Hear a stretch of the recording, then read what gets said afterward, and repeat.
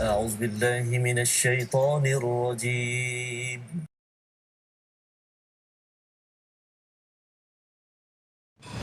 أعوذ بالله من الشيطان الرجيم.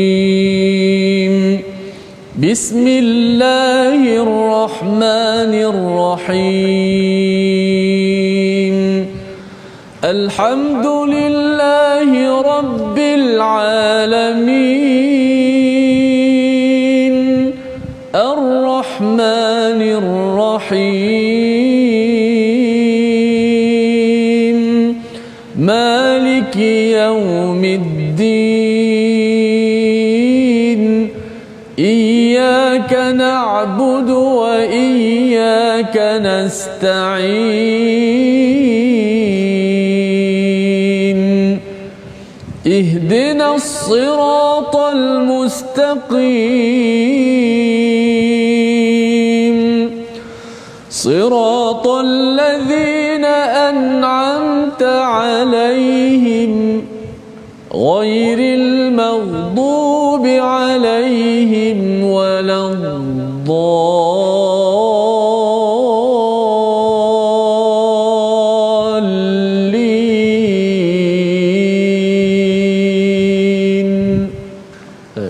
Assalamualaikum warahmatullahi wabarakatuh. Alhamdulillahirabbil alamin wassalatu wassalamu ala asyrafil anbiya'i wal mursalin wa ala alihi wa ashabihi ajma'in. Amma ba'd. Apa khabar para penonton yang dirahmati Allah sekalian? Mudah-mudahan kita semua berada dalam keadaan yang sihat sejahtera.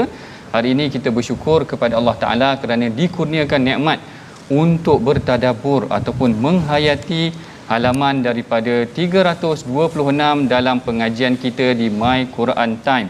Baik, insya-Allah sebelum pengajian kita ini akan diteruskan, mari kita sama-sama juga berbincang ataupun memerhatikan tentang sinopsis ataupun gambaran umum tentang apa yang akan kita bincangkan pada hari ini dalam sinopsis yang telah disediakan untuk tatapan kita bersama. Baik, pada hari ini kita akan masuk kepada suratul Anbiya, ayat yang ke-45 hingga ke-47, yang mana pada ayat yang ke-45 dan 45 hingga ke-57, iaitu ayat yang ke-45 ke-47 akan membincangkan tentang realiti dan proses yang berlaku pada hari hisab, iaitu hari keadilan nanti, manakala ayat ke-48 hingga ke-50 membincangkan tentang kisah Nabi Musa, dan ayat yang ke-51 hingga 57 kita akan membicarakan tentang kisah Nabi Ibrahim. Masya-Allah, hari ini memang bertepatan dengan konsep ayat-ayat ataupun suratul Anbiya itu sendiri yang membicarakan tentang para nabi. Hari ini kita akan mulakan dengan Nabi Musa dan Nabi Ibrahim, tetapi sebelum kita meneruskan perbincangan penerokaan kita dalam ayat-ayat ini, mari sama-sama kita dengarkan dahulu ayat yang akan dibacakan oleh Ustaz Tirmizi kita, insya-Allah. Silakan Ustaz. Baik, terima kasih Fadil Ustaz Dr. Ahmad Sanusi. Khususnya penonton-penonton, sahabat-sahabat Al-Quran yang saya kasih sekalian, alhamdulillah kita bersyukur pada kali ini kita diteruskan untuk sama-sama dapat belajar ilmu Al-Quran. Dan insya-Allah hari ini kita akan masuk muka surat yang ke-326, dan mana kita akan baca terlebih dahulu bahagian pertama ni daripada ayat yang ke-45 hingga ayat 50. Sebagaimana kata doktor tadi, bertepatanlah surah Anbiya. Hari ini ada dua kisah para nabi yang akan kita belajar, kisah Nabi Musa dan Nabi Allah Ibrahim alaihi wassalatu wassalam. Itulah seronoknya baca kisah-kisah para nabi ni doktor. Ya, dalam Quran ni ialah dalam banyak-banyak himpunan kisah para nabi, ini yang sebahagian yang Allah pilih untuk tatapan kita bersama. Sudah pasti banyak peristiwa pengajaran untuk dapat kita amalkan dalam kehidupan kita semua, insya-Allah. Baik, alhamdulillah. Baik, kita mulakan bacaan daripada ayat 45 hingga ayat yang ke-50. A'udzu billahi minasy syaithanir rajim. Qul innama unzirukum bil wahyi ولا يسمع الصم الدعاء إذا ما ينذرون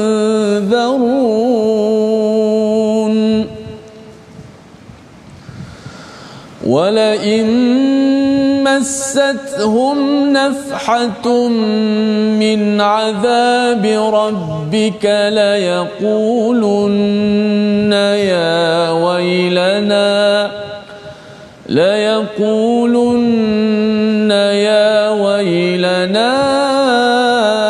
إنا كنا ظالمين ونضع الموازين القسط ليوم القيامة فلا تظلم نفس شيئا وإن كان مثقال حبة من خردل أتينا بها وكفى بنا حاسبين ولقد آتينا موسى وهارون الفرقان وضياء وذكرا للمتقين الذين يخشون ربهم بالغيب وهم من الساعة مشفقون وهذا ذكر مبارك أنزلناه أفأنتم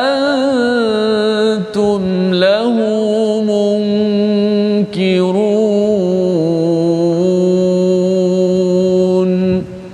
صدق الله العظيم. Sadaqallahul Azim. Itulah ayat yang dibacakan oleh Ustaz Tirmizi tadi, iaitu bermula daripada ayat yang ke-45 sehingga ke ayat yang ke-50. Sebelum kita tadabbur mengenai tentang apa yang telah dibacakan dalam ayat-ayat suci Al-Quran ini, mari sama-sama kita berdoa juga. Mudah-mudahan Allah Ta'ala melapangkan hati kita, memudahkan kita untuk menerima petunjuk-petunjuk yang telah disampaikan di dalam Al-Quran. Mari sama-sama kita baca Subhanaka la ilma lana illa ma 'allamtana innaka antal alimul hakim. Rabbi zidni ilma. Ya Allah, mudahkanlah pengetahuan kita dan sampaikanlah ataupun perbanyakkanlah pengetahuan kita daripada ayat-ayat Al-Quran. Baik, tuan-puan, puan-puan yang berada di rumah sekalian, mari sama-sama kita perhatikan pada ayat yang ke-45 yang mana Allah Ta'ala menyatakan, katakanlah wahai Muhammad, sesungguhnya aku hanya memberi peringatan sesuai dengan wahyu. Yang ini sebenarnya poin yang penting sebenarnya tuan-puan, bahawa setiap apa yang kita lakukan pada hakikatnya mestilah berteraskan dengan wahyu, kerana wahyulah yang membimbing para nabi, wahyulah yang membimbing kita semua.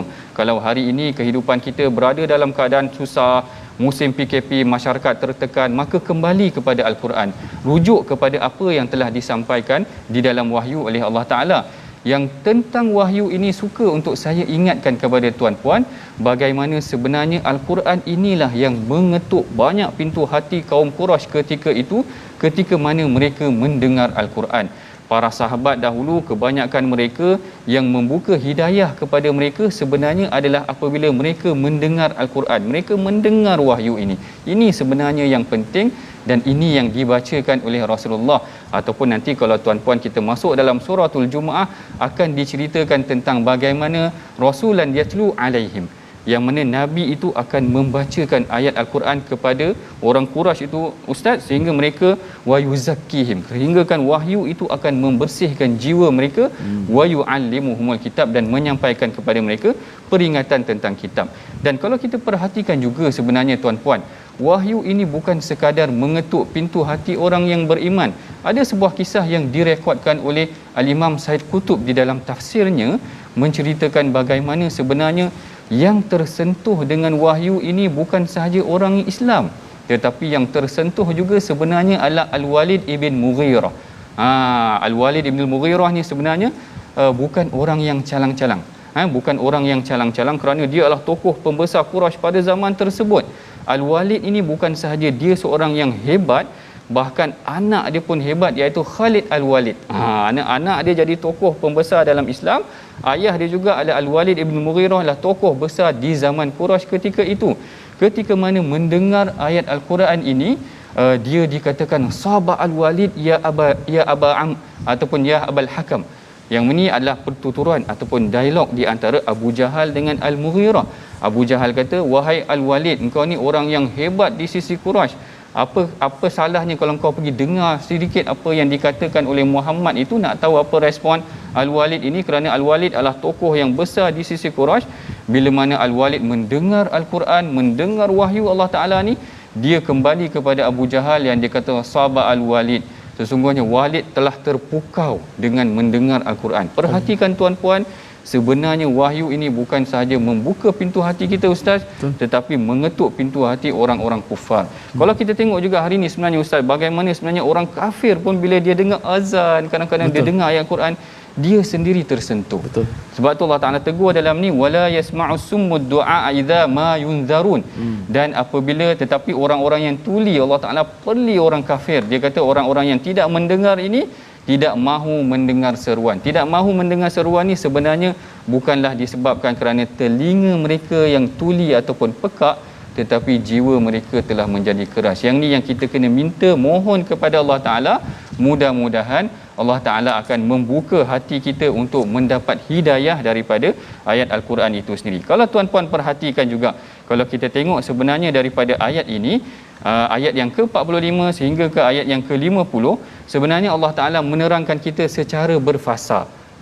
Fasa yang pertama, Allah Ta'ala berikan tentang peringatan. Peringatan yang pertama, Qul innama unzirukum bil wahyi. Aku berikan peringatan ini adalah berdasarkan wahyu. Fasa yang kedua adalah pada ayat yang ke-46. Masya Allah, menarik. Pada ayat yang ke-46, Allah Ta'ala beritahu pula implikasi. Kesan sekiranya kamu tidak mengikuti wahyu, apakah kesan dia? Allah Ta'ala kata, wala immashatum nafhatum min azabi rabbika la yaqulunna ya wailana inna kunna zalimin. Dan jika mereka ditimpa sedikit sahaja azab Allah Ta'ala, pasti mereka akan berkata, celakalah kami. Tengok, kalau pertama tadi Allah Ta'ala, fasa pertama Allah ceritakan tentang peringatannya, kami datangkan dengan wahyu. Sekiranya kamu tidak ikut, maka pada fasa yang kedua Allah Ta'ala akan kata, kamu akan mencelakakan diri kamu sendiri. Nanti di hari akhirat, Allahu Akbar, sebenarnya banyak penyesalan yang berlaku. Kalau kita tengok hari ini, maknanya manusia yang tidak ikut Al-Quran tu, dia akan menyesal kerana dia tidak mengikuti wahyu tu sebenarnya, Ustaz. Maknanya nanti akan menyesal. Dan sebenarnya dalam Quran pun banyak cerita sebenarnya. Orang-orang yang beriman sendiri, orang yang beriman sendiri, apabila mereka tidak ikut Al-Quran, pada penghujung hayat mereka, mereka akan rasa menyesal. Ruginya kalau aku tak bersedekah, ruginya kalau aku tak membaca Al-Quran. Perkara yang simple. Dalam sebuah hadis, yang ni saya suka untuk kongsikan sebenarnya, Ustaz. Dalam sebuah hadis, Rasulullah ceritakan tentang penyesalan ahli syurga. Penyesalan ahli syurga. Biasa Ustaz dengar menyesalnya ahli neraka. Betul. Ada juga ahli syurga menyesal. Betul. Maknanya hairan. Maknanya Rasulullah pandai dekat sini. Rasulullah bagi penjelasan. Bagaimana sebenarnya nanti di hari akhirat, ahli syurga itu sendiri akan menyesal. Yang mana Rasulullah kata, nanti di dalam syurga, ahli-ahli syurga ni akan ada penyesalannya apabila mereka memerhatikan setiap saat yang dilalui dalam kehidupan mereka, mereka tidak berzikir kepada Allah Ta'ala. Allahu Akbar. Sebenarnya mudah sahaja, sebab apa yang disebutkan ini adalah tentang zikir. Zikir ini kadang-kadang dengan lafaz yang sangat ringan. Kita sebut subhanallah, kita sebut bismillah, benda-benda yang mudah kita sangka, kita anggap ringan. Sebenarnya tak perlu guna tenaga pun. Tak perlu guna tenaga. Maknanya sambil tuan-puan berada di rumah, tengah minum kopi ke, ataupun tengah makan tengah hari, ataupun tengah buat apa saja, tengah menyaksikan kita hari ini pun, kalau dengan berzikir secara mudah, nanti kita akan dapati betapa kesannya, tuan-puan, pada hari akhirat kelak akan memberikan kesan yang baik buat diri kita sendiri. Baik, kalau fasa pertama tadi Allah Ta'ala dah beri peringatan. Dalam ayat yang ke-46 Allah Ta'ala telah menceritakan tentang bagaimana kesan sekiranya kita tidak mengikuti wahyu, kita akan menyesal nanti di hari akhirat. Maka dalam ayat yang ke-47 Allah Ta'ala memberikan contoh keadilan Allah Ta'ala. Dalam ayat yang ke-47 kalau kita tengok kat sini, dan kami akan memasang timbangan yang tepat pada hari kiamat, maka tidak seorang pun dirugikan walau sedikit. Wa nadha'ul mawazinal qista liyaumil qiyamati fala tuzlamu nafsun syai'a. Bererti Allah Taala nanti di hari akhirat akan memperincikan sehalus-halusnya penyaksian ataupun penilaian mengenai tentang apa yang kita telah lakukan di muka bumi. Jangan main-main tuan-puan.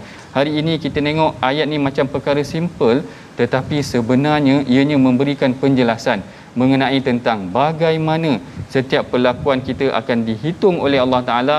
Kita hendaklah sentiasa melakukan dengan penuh kepatuhan ataupun kena perhatikan apa yang kita lakukan pada hari ini, kerana setiap perkara akan dinilai oleh Allah Taala di hari akhirat. Dalam sebuah kisah, kalau tak silap saya, tentang anak saudara kepada Bishr Al-Hafi. Kalau tak silap saya, kisah ini adalah antara yang dikaitkan dengan Imam Ahmad. Imam Ahmad pernah didatangi oleh seorang anak perempuan ataupun adik-adik ataupun saudara perempuannya yang datang bertanya kepada Al-Imam Ahmad. Dia kata, kunna nahzu. Dia kata, kami ni adalah orang yang menenun di atas bumbung rumah kami. Kan kalau kita belajar di tanah Arab, dia orang buat aktiviti di atas bumbung rumah dia orang. Kami menenun di atas rumah kami. Lalu dia kata, ada orang sebelah buka tingkap. Orang sebelah buka tingkap, cahaya tingkap tu kena kepada kain tenunan kami. Lalu dia tanya kepada Imam Ahmad, afayajuzu lana, apakah harus bagi kami menenun secara tak sengaja menggunakan cahaya rumah sebelah? Allahu akbar.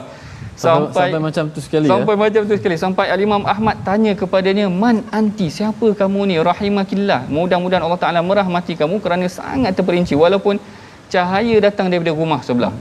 Hari ni ustaz, kadang-kadang kita charge telefon kat masjid. Katakan kalau kita ambil benda-benda yang kita tak pasti ataupun perkara-perkara yang kita bimbang, tidak diambil daripada jalan yang betul, tidak terperinci. Kita tak tahu daripada mana sumber makanan kita, kita tak tahu daripada mana hasil-hasil yang datang daripada kita, dengan rezeki yang kita ambil, gaji-gaji yang ataupun sumbangan-sumbangan yang kita tak tahu. Yang ni kita kena perhatikan tuan-puan. Kalau dulu maknanya para salafus salih sangat menjaga sumber-sumber apa yang dapat daripada mereka, kerana di hari akhirat, dalam fasa yang ketiga ayat yang ke-47 ini diceritakan bagaimana Allah Taala sangat teliti nanti pada hari akhirat. Tidak ada seorang pun akan dizalimi. Kiraan timbangan Allah Taala tu maha tepat, sangat tepat, sehingga tidak ada seorang pun akan dizalimi. Dan yang menariknya, pada fasa yang keempat, pada ayat yang ke-48, Allah Ta'ala pula menceritakan tentang bagaimana contoh yang boleh diberikan kepada umat manusia. Contoh yang boleh diberikan kepada umat manusia ni, lalu Allah Ta'ala datangkan Nabi Musa dan Nabi Harun, yang mana dua mereka ini ataupun kedua orang Nabi ini didatangkan dan diberikan petunjuk, iaitu Al-Furqan. Kalau kita tengok, walaqad ataina Musa wa Harun al-furqana wa dhiya'an wa dhikra lil muttaqin. Dan sesungguhnya kami telah memberikan kepada Nabi Musa dan Nabi Harun Al-Furqan, iaitu kitab Taurat itu sendiri, dan penerangan serta pelajaran bagi orang-orang yang bertakwa.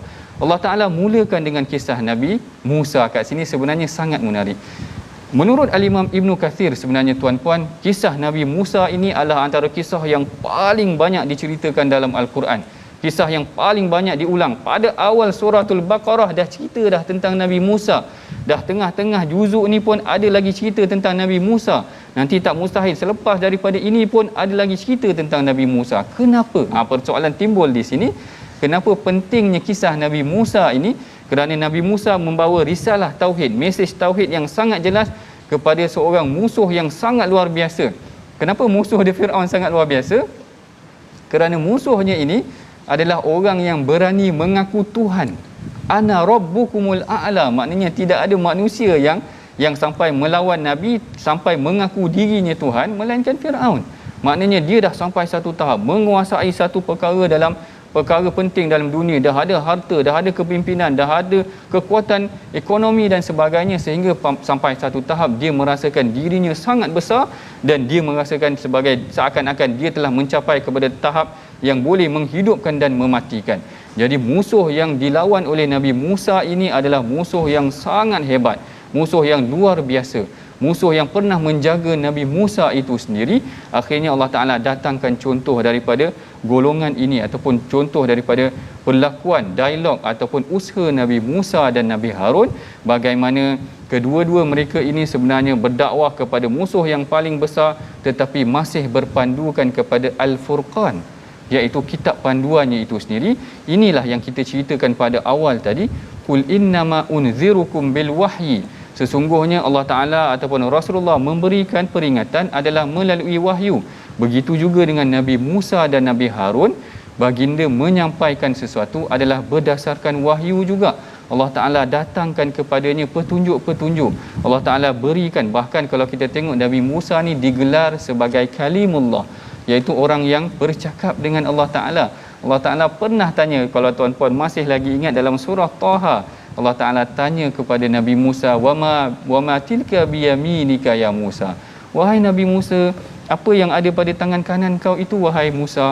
Lalu Nabi Musa jawab, qala hiya asaya, inilah dia tongkat aku, atawakkau biha, aku bertongkat dengan dia, wa ahushu biha ala ghanami, kadang-kadang aku buat untuk digunakan untuk pengembalaan kambing itu, waliya fiha ma'aribun ukhra, dan kadang-kadang aku buat tongkat ni untuk perkara yang lain. Tengok yang ni tuan-puan perhatikan, bagaimana Allah Ta'ala hanya tanya satu soalan sahaja kepada Nabi Musa, tetapi Nabi Musa menjawab soalan itu dengan 3 jawapan. Qala hiya asaya, ia adalah tongkat aku, atawakkau biha, aku bertongkat dengan dia, wa ahushu biha ala ghanami, aku buat untuk pengembalaan kambing, waliya fiha ma'aribun ukhra. Ada 4 jawapan dalam satu soalan. Ini menggambarkan rapatnya hubungan Allah Ta'ala dengan Nabi Musa.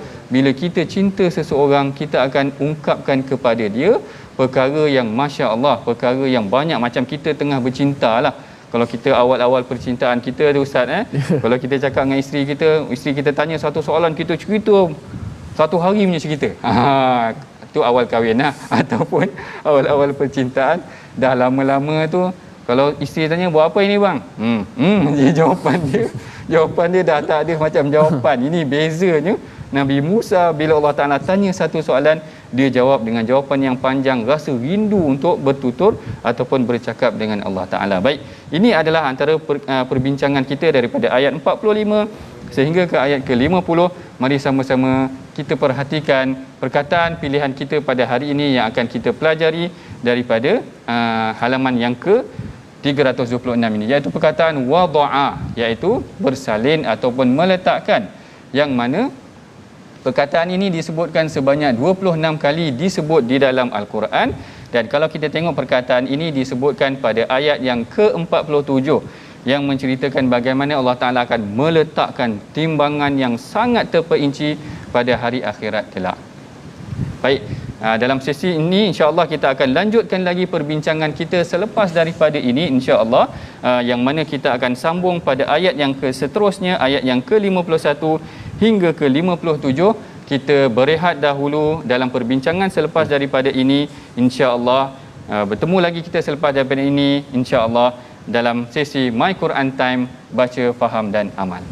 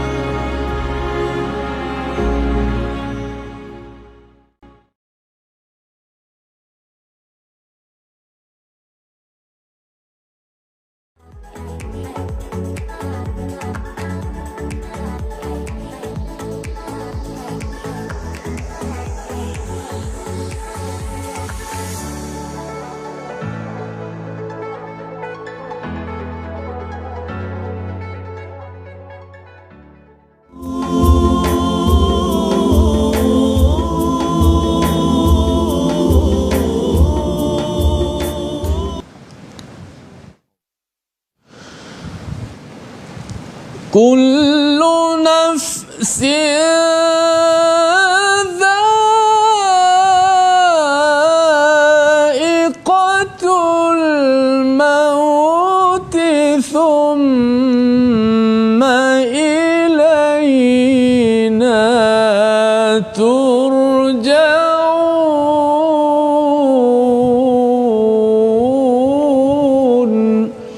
Sadaqallahul azim. Dan tiap-tiap diri sudah ditetapkan pasti akan merasai mati, kemudian akan dikembalikan kepada kami untuk menerima balasan. Surah Al-Ankabut ayat 57. Kita mengucapkan takziah kepada seluruh ahli keluarga Allah yarham almarhum Al-Ustaz Wan Ainuddin Hilmi Abdullah, yang tidak asing lagi dengan kita semua, yang sentiasa juga mewarnai My Quran Time dalam program ataupun slot-slot tajwid, yang memperkenalkan kita seorang yang sangat menekuni, seorang orang yang bersungguh-sungguh dalam memastikan ingin masyarakat dapat menutur ataupun membaca ayat-ayat Allah Subhanahu Wa Taala dengan baik dan sempurna. Hari semalam Ustaz Wan Ainuddin telah pergi menemui Sang Pencipta, dan kita berdoa kepada Allah Subhanahu Wa Taala, Allah Taala menerima segala amalan dan mengampunkan segala dosa-dosa almarhum Ustaz Wan Ainuddin. Dan sudah pastilah satu kehilangan yang besar buat khususnya negara kita, dan penonton-penonton My Quran Time juga ramai di kalangan mereka anak murid kepada Ustaz Wan Ainuddin, walaupun secara online, tapi itulah ilmu yang telah dicurahkan oleh beliau. Moga-moga apa yang dibaca, yang diajar oleh beliau Al-Quran ini menjadi syafaat buat Ustaz Wan Ainuddin almarhum rahimahullah di alam barzakh sana, dan menjadi syafaat di hari akhirat kelak. Alhamdulillah. Terima kasih kepada semua penonton-penonton terus dalam My Quran Time, dan juga doktor, ramai juga yang bertanyakan tentang Ustaz Fazrul. Sahabat-sahabat, kita sama-sama doakan supaya Ustaz Fazrul kembali pulih seperti biasa, diuji dengan masalah kesihatan, dan insya-Allah mudah-mudahan selepas ini Ustaz Fazrul dapat bersama dengan kita semua dalam My Quran Time. Sama-sama kita doakan mudah-mudahan Allahumma ihfazhu bihifdzika ya rabbal alamin. Allah Taala melihara Ustaz Fazrul dengan pemeliharaan daripada Allah Subhanahu Wa Taala. Mengharapkan doa kepada seluruh peminat-peminat My Quran Time baca faham amal. Insya-Allah sedikit tajwid pada hari ini. Untuk pelajaran tajwid, kita masuk bab berkenaan dengan disebut sebagai bacaan tebal dan nipis. Dalam bab tajwid disebut sebagai at-tafkhim wa tarqiq. Apa itu tafkhim?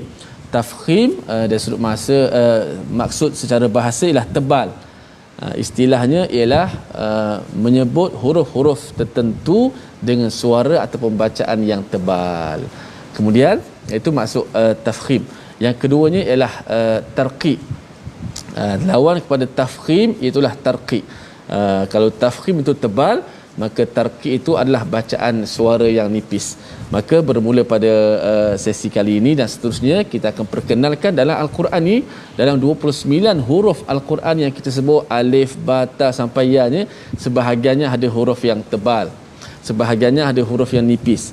Ada yang kadang-kadang tebal, kadang-kadang nipis. Sebab itulah bacaan Al-Quran dia akan bunyi sedap bila kita baca dengan sifat dia. Ini suara tebal, bunyi tebal. Ini suara nipis, bunyi nipis. Sebab tu orang Arab yang dalam bidang ini, mereka cukup menjaga huruf-huruf ini bila dikeluarkan daripada mulut itu bunyi sifat. Sebab tu kalau kita tengok orang Arab baca walaupun tak ada lagu pun, tapi tebal nipis tu bunyi tu mempengaruhi bunyi tu menjadi sedap bila kita dengar ayat-ayat Al-Quran dilantunkan. Kita sebut kalimah Allah, kita tak boleh sebut Allah. Mungkin ada setengah tempat tak boleh sebut, doktor, dia mungkin dah terpengaruh dengan lorak Allah. Kita kena sebut Allah. Kenapa tebal di situ? Dan kita kena sebut dengan tebal dan bunyi itu sedap sesuai dengan lafaz Allah Subhanahu Wa Taala ataupun lafzul jalalah. Baik, saya serah kepada doktor. Baik, terima kasih Ustaz Tirmizi atas penjelasan mengenai tentang hukum tajwid ataupun bacaan ayat Al-Quran. Ini sebenarnya penting juga sebenarnya tuan-puan, sebab lari sikit Ustaz, sebenarnya tebal sikit, kurang sikit, dia akan merubah makna juga. Kadang-kadang kita tak perasan, tapi perkara itu sebenarnya penting. Baik, kalau kita tengok tadi bagaimana ayat yang ke-45 sampai ke-48, kita dah bincangkan secara terperinci fasal-fasal penerangan yang Allah Ta'ala ceritakan dalam halaman yang ke-326 ini, yang mana fasal pertama Allah Ta'ala beri peringatan, fasal kedua Allah Ta'ala beri tentang akibatnya, fasal ketiga Allah Ta'ala berikan tentang contoh keadilan Allah Ta'ala, fasa keempat Allah Taala ceritakan tentang contohnya bermula dengan Nabi Musa, tetapi ayat yang ke-50 tu kita tak bincangkan lagi, ataupun ayat 49 tu kita tak bincangkan lagi, iaitu yang ni mengenai tentang antara sifat orang yang patuh kepada Allah Taala itu adalah mereka takut kepada Allah Taala tentang perkara-perkara yang gaib, tentang hari akhirat nanti kita akan dibangkitkan. Dan kemudian Allah Taala menceritakan wa hadza dzikrun mubarakun anzalna, inilah dia peringatan, iaitu wahyu itu tadi, Quran itu tadi adalah peringatan yang memberikan berkat kepada diri kita. Afa antum lahu munkirun, apakah kamu ingin mengingkari panduan yang telah diberikan oleh Allah Taala kepada kita. Baik, dalam sesi yang seterusnya kita akan bincangkan pula ayat ke-51 sampai ke-57. Tapi sebelum itu, mari kita sama-sama dengarkan dahulu ayat ini yang akan dibacakan oleh Ustaz Tirmizi kita. Silakan Ustaz. Baik, terima kasih Fadil Dr. Ahmad Sanusi. InsyaAllah kita sambung bahagian kedua pada muka surat 326 Suratul Anbiya ini, daripada ayat yang ke-51 dan hingga 57. Kerana ada kisah menarik para nabi kita yang sudah pasti kita tak sabar nak mengetahui apakah yang mesej yang Allah nak sampaikan kepada kita untuk sama-sama kita ambil iktibar. Baik, kita baca terlebih dahulu ayat yang ke-50 hingga ayat yang ke-57.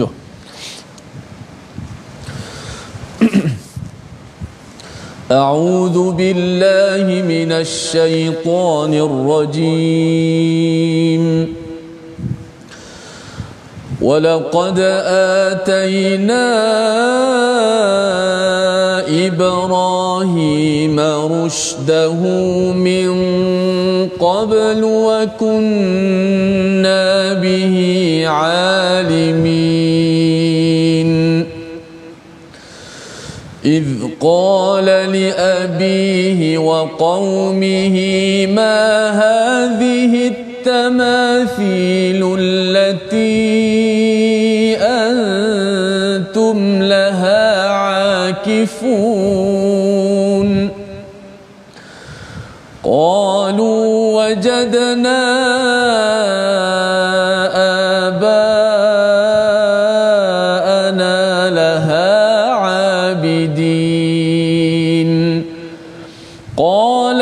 قد كنتم أنتم وآباؤكم في ضلال مبين قالوا أجئتنا بالحق أم أنت من اللاعبين قال بل ربكم رب السماوات والأرض الذي فطرهن وأنا على ذلكم من الشاهدين وتالله لأكيدن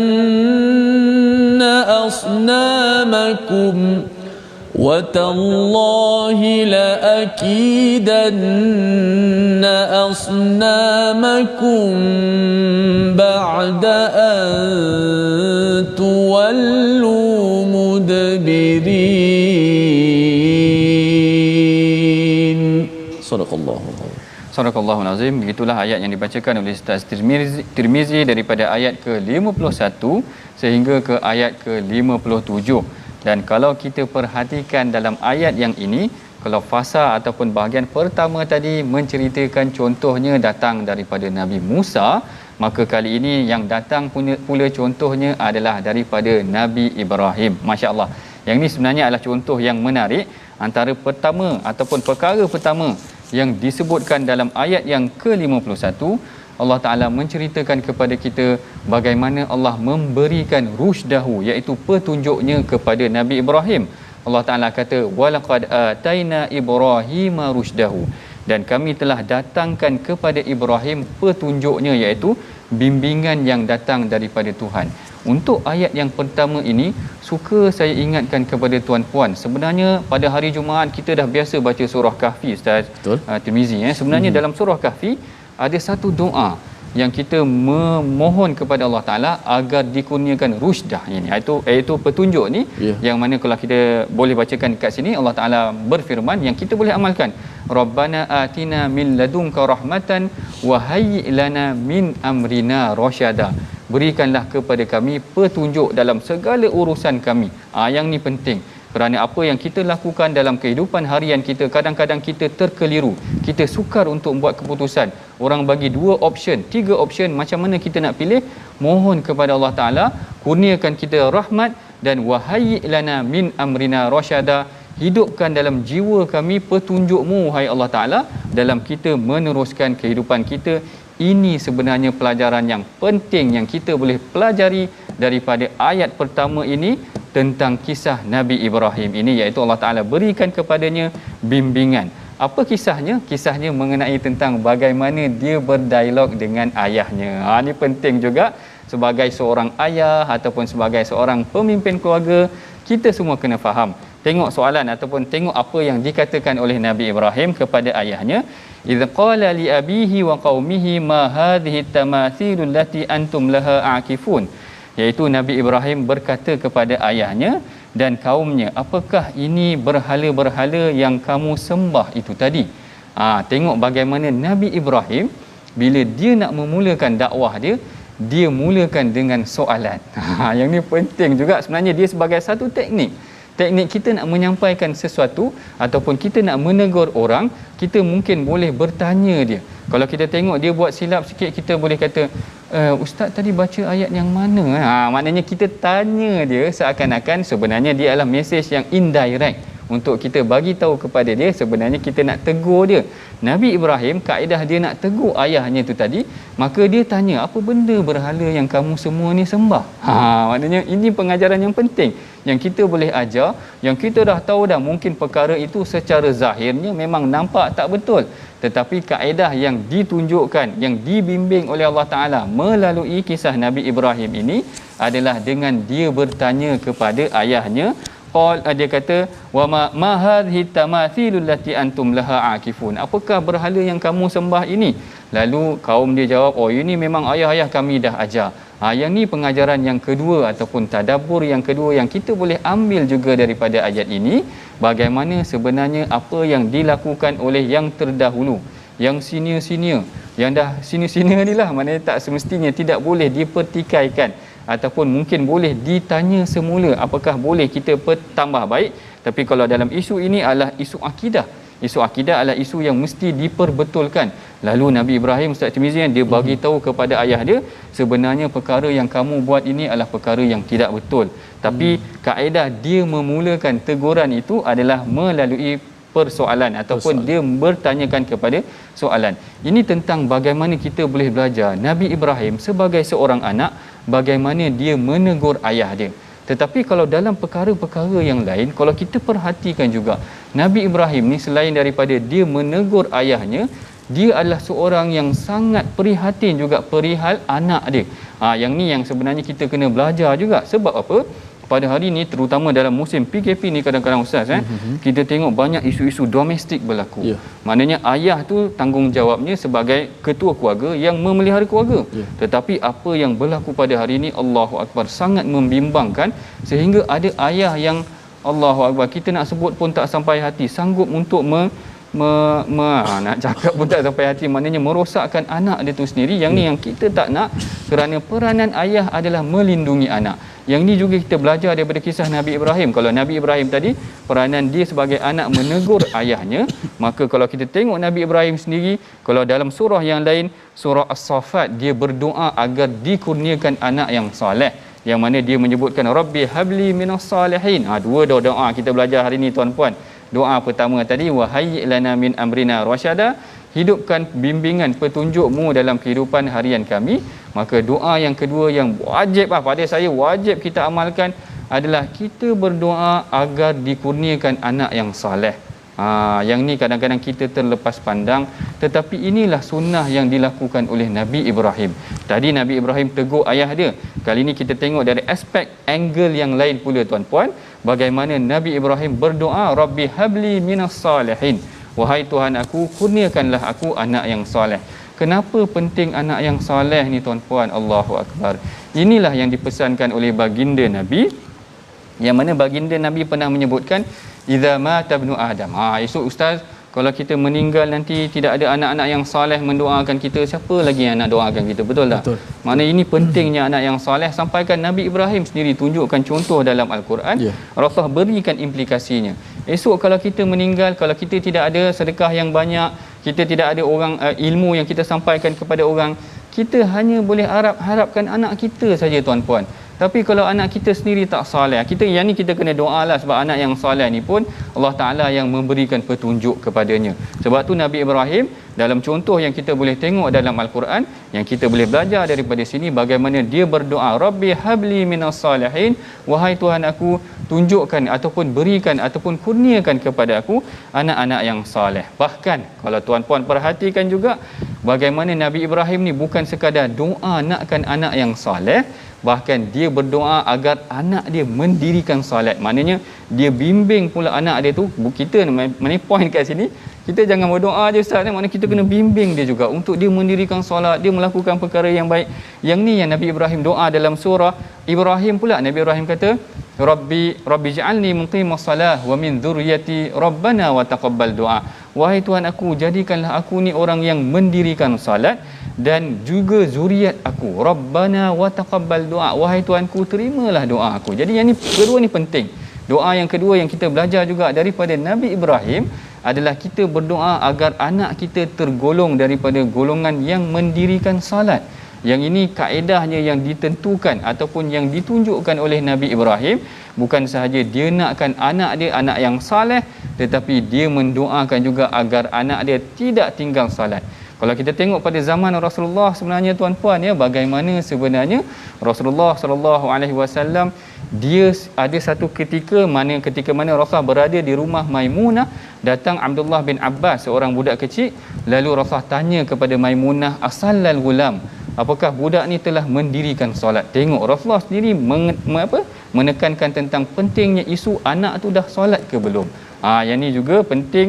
Dan kalau kita boleh tengok juga sebenarnya tuan-puan, kalau dalam perihal-perihal yang lain, tadi kita tengok Nabi Ibrahim berdoa agar dikurniakan anak yang soleh, kemudian Nabi Ibrahim berdoa agar anaknya terdiri daripada golongan orang yang mendirikan salat, kemudian Nabi Ibrahim juga pernah mendoakan agar anak dia diselamatkan.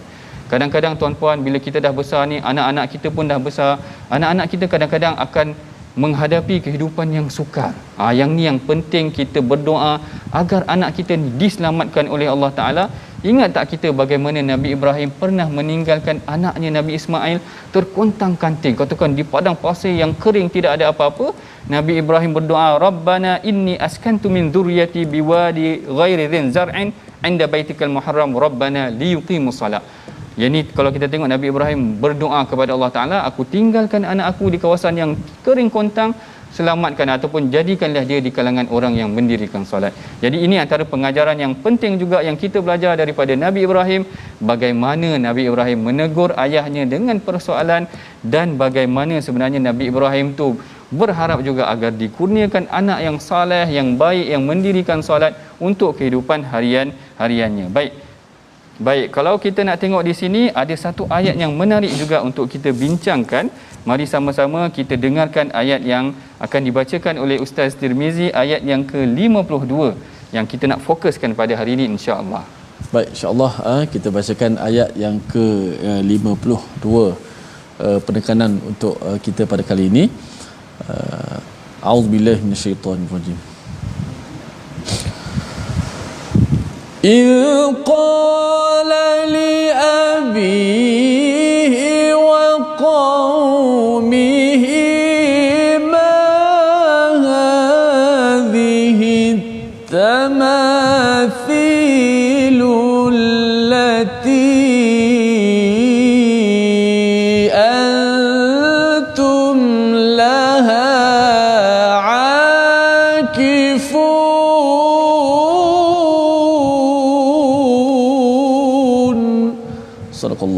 Sadaqallahul Azim. Nabi Ibrahim berkata kepada ayahnya, dan kaumnya, apakah berhala-berhala yang kamu sembah ini ayat yang kita tekankan bagaimana teknik ataupun salah satu kaedah yang boleh kita praktikkan dalam kita menegur seseorang adalah dengan memberikan dengan melalui kaedah bertanya.